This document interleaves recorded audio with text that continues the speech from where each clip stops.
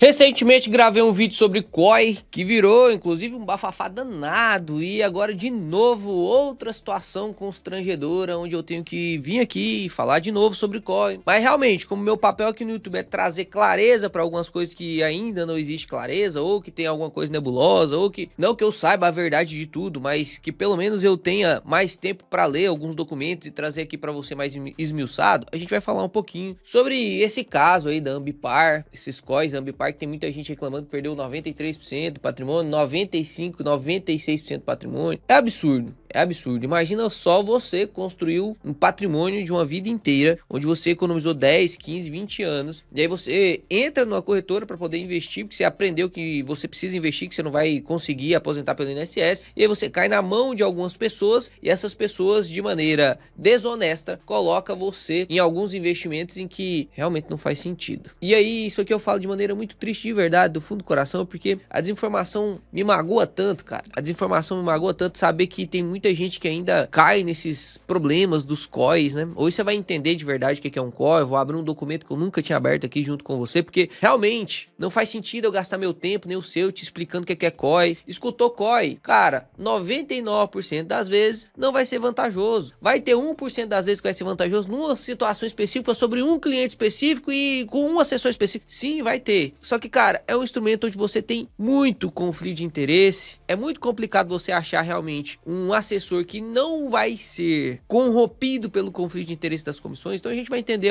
alguns pontos aqui. É óbvio que eu não tô atacando os assessores não, tá? Eu tô fazendo um ataque direto a quem cometeu a desonestidade com os seus clientes. Não são todos os assessores que fazem isso, né? Pelo amor de Deus, bom senso também. Tem muitas pessoas que eu sei que são assessores que não fazem isso. Tem muitos alunos da mentoria virando assessor e trabalhando nessas outras empresas aí de assessoria que eu sei que não vai fazer isso. Porque agora conhece o mínimo, né? O mínimo que deve se saber. Então vamos entender primeiro o que aconteceu. O pessoal tá reclamando. Inclusive eu abri aqui bem rapidinho. Se você digitar aí COI, XP e Ambipar junto, antes das notícias você vai achar coisa do Reclame Aqui. Isso é doideira, cara. Olha só, vamos ler alguns aqui. Liquidação unilateral de COI da Ambipar pela XP com grande perda financeira. Há um ano atrás, XP me ofereceu uma aplicação e um COI da Ambipar. Então eu investi 1.800... Olha isso aqui, cara. É 1.800 reais isso aqui? É 180 reais? Não, cara, isso aqui é 180 mil reais. Como é... Deixa eu ver como que é o nome do rapaz aqui. Deixa eu ver se eu consigo ler o nome do rapaz. Como é que esse cara, ou essa moça, não sei quem é, como é que ele coloca 180 mil reais em uma COI, sem saber o que é a COI, sem saber o que é. Ó, acontece que a semana passada a empresa passou por alguns problemas financeiros e nossa posição desse investimento despencou. Meu problema com a XP é oferecer um ativo tão vulnerável como esse. Também não fazer controle da situação financeira da empresa, mas o pior de tudo é que de forma unilateral resolveu liquidar nossa posição no COI e nos devolveu o dinheiro com toda a perda, apenas 6,8% do valor investido. Eu apliquei 180 mil e recebi de volta 12 mil. Então, quais são as reclamações aqui? Ele investiu 180 mil no COI da Ambipar pela XP, e aí não é só a XP que faz COI, tá? Tem todas as corretoras em geral faz COI.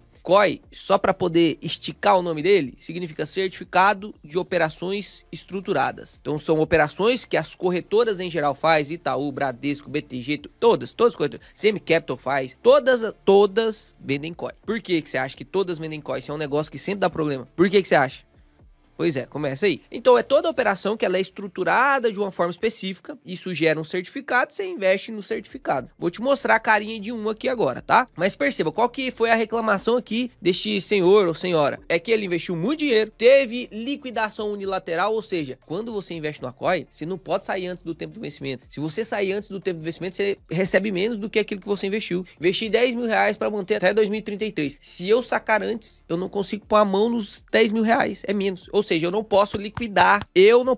Quando ele faz de liquidação unilateral, quer dizer que ele tá reclamando que a XP liquidou, sem pedir permissão pra ele. Pô, eu não podia liquidar, por que agora você pode? Você foi lá e liquidou? Isso foi a reclamação do cliente, vamos ver se faz sentido. Outra coisa é a XP oferecer um ativo tão vulnerável como isso. Sendo bem sincero, o ativo realmente era mais vulnerável. Isso era óbvio, a XP inclusive sabia disso, né? Não tem como analistas da XP não desconfiarem do risco que a empresa estava correndo. Isso era óbvio. Só que é culpa da XP oferecer isso aí? É culpa? Seja sincero. Vamos largar o vitimismo de lado. E eu sei que vocês vão falar, mas quando eu vou no médico, ele me passa uma medicação, eu não posso ficar pesquisando sobre a medicação pra ver se faz sentido ou não. A mesma coisa eu queria nos assessores. Eu vou lá no assessor, eu quero deixar o meu dinheiro lá, eu quero que ele cuide e eu não vou nem ver o que ele tá fazendo. Cara, isso é perigoso, até no médico. Isso porque eu sou médico, tá? Eu vi muita coisa ruim dentro da medicina também, cara. Tem gente ruim em tudo quanto é lugar. Quando você tá cuidando da sua família, da sua saúde, do seu futuro financeiro, cara, não dá pra você não ter o mínimo de conhecimento. O mínimo de conhecimento. Mínimo.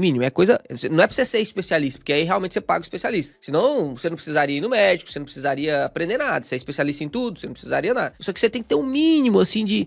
Não sei nem como dizer isso sem soar agressivo, cara. Mas você tem que ter um mínimo de conhecimento sobre a média. Você vai lá com dor de estômago, o cara te passa, sei lá, uma pregabalina, um remédio antidepressivo para dor coluna, por exemplo. Você não vai nem pesquisar, eu não sabia nem o que era pregabalina. Eu sei, é difícil mesmo. É falta de caráter.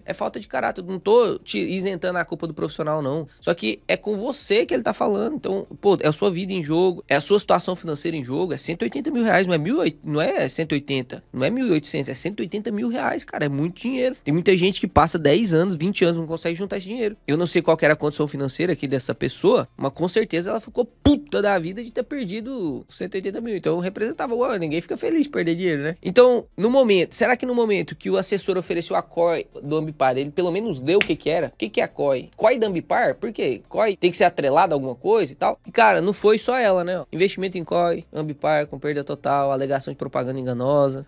Era uma renda fixa, investi 100 mil reais, cara. Você tá vendo que tem muita gente que tem muito dinheiro que não sabe investir? Não é você que ganha um salário mínimo que você é culpado que você não sabe investir, não. Tem muita gente que tem muito dinheiro que não sabe investir. Educação financeira é muito raso aqui. Tem gente que sabe empreender, ganhar 1 milhão por mês e não sabe investir o dinheiro direito. Quando se trata de investimentos fora daquilo que ele tem no círculo de competência da empresa dele.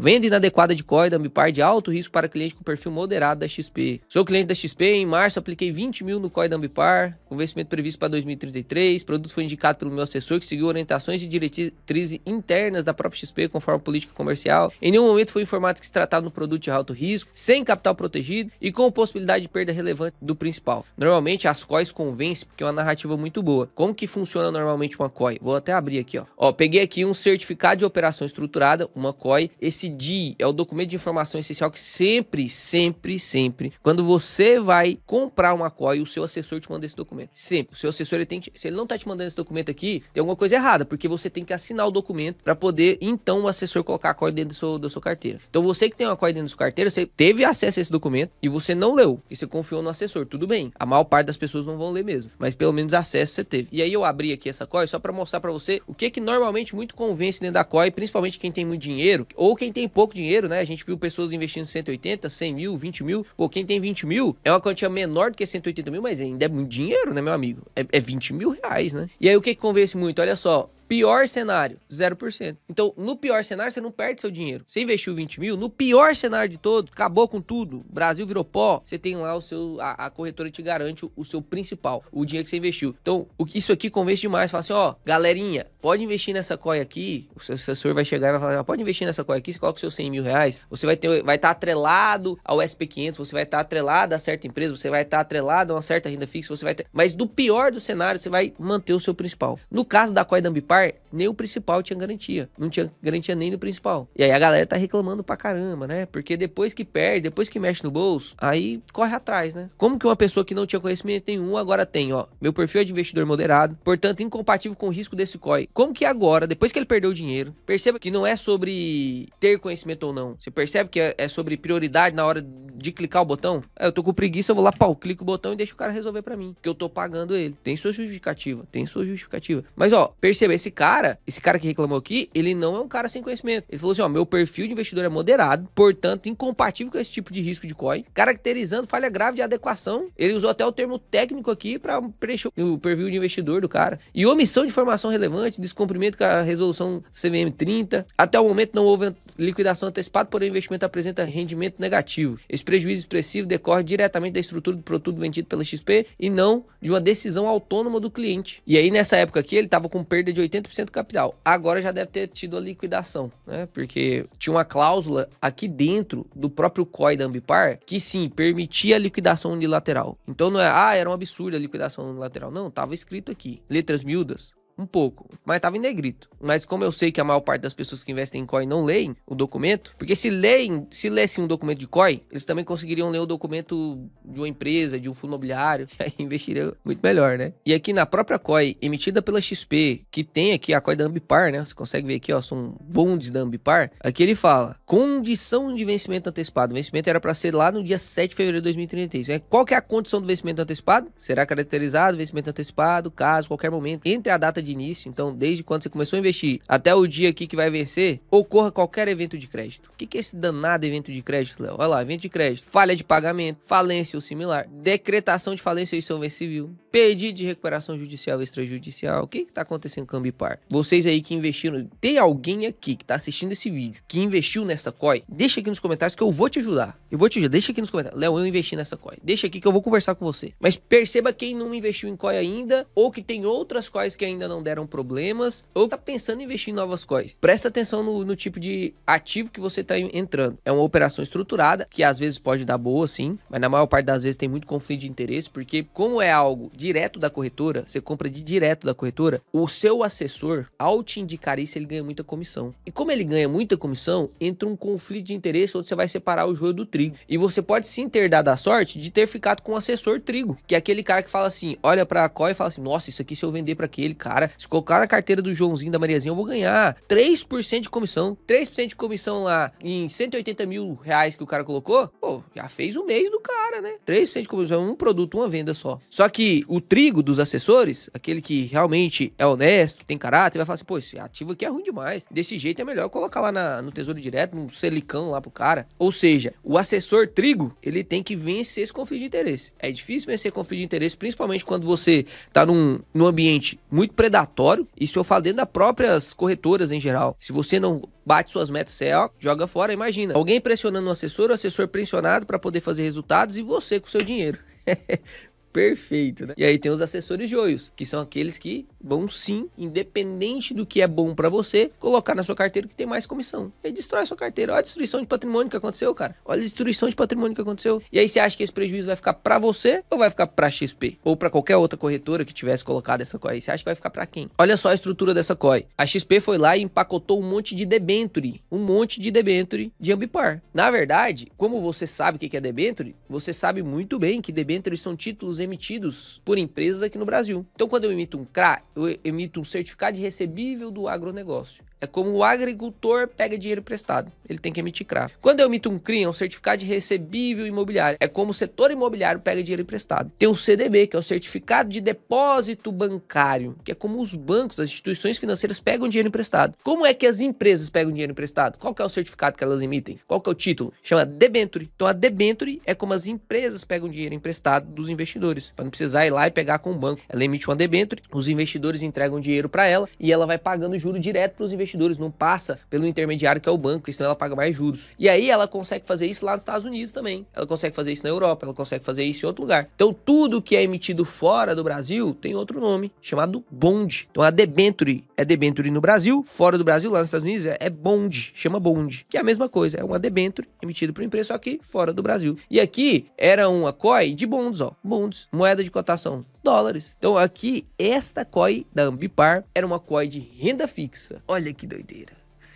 De renda fixa. Perdeu 93%. Por isso que eu tô falando pra você, tem que ter conhecimento, cara. Não seja o cara raso que quer buscar atalho. Não seja o cara raso que vai entregar seu dinheiro pras outras pessoas investirem. Não seja o cara raso que quer ter o mínimo de conhecimento possível. E tudo bem ter o mínimo de conhecimento possível, mas então aceite que algumas vezes você vai ter uma rentabilidade menor, às vezes você vai perder dinheiro. Tente ser pelo menos a média em tudo que você faz que te gera bem-estar financeiro, bem-estar em saúde física, bem-estar psicológico, você e sua família. Você tem que ter o mínimo. Você não precisa ser o pai especialista. Você é especialista em ser pai, você não precisa. Mas pelo menos um pai mediano você tem que ser. Você não precisa ser um investidor especialista. Não, você não precisa. Mas pelo menos um investidor mediano você tem que ser. Você não precisa ter o shape, bodybuilder mesmo, o cara que, meu Deus do céu, ergue 120 quilos no supino. Não, você não precisa. Mas você tem que ser mediano. Você tem que erguer pelo menos 30 quilos no supino de cada lado. Como que você vai levantar sua esposa do sofá se um dia ela precisar? Você tem que ser mediano. Eu sou bom empresário. Não, eu sou bom... Não, você tem que ser mediano pelo menos nas funções básicas da vida. Para com esse negócio. Não, eu não sou bom no investimento porque eu foco aqui, ó. Não, pô, você tem que ser pelo menos mediano no investimento. É bom que você foque aqui? Você tem a parte da sua vida que você é melhor, que você é especialista? Sim. Sua profissão, talvez algum hobby que você gosta pra caramba, você é especialista naquilo. Aí você é bom pra caramba. E isso te destaca da média. Mas nas outras coisas que são básicas, tem que ser pelo menos um medianinho. Eu vou te ajudar a ser pelo menos mediano aqui no YouTube. Porque o conteúdo que eu entrego aqui no YouTube, você passa da média. Só com o YouTube, grátis. Não precisa pagar nada. Nada.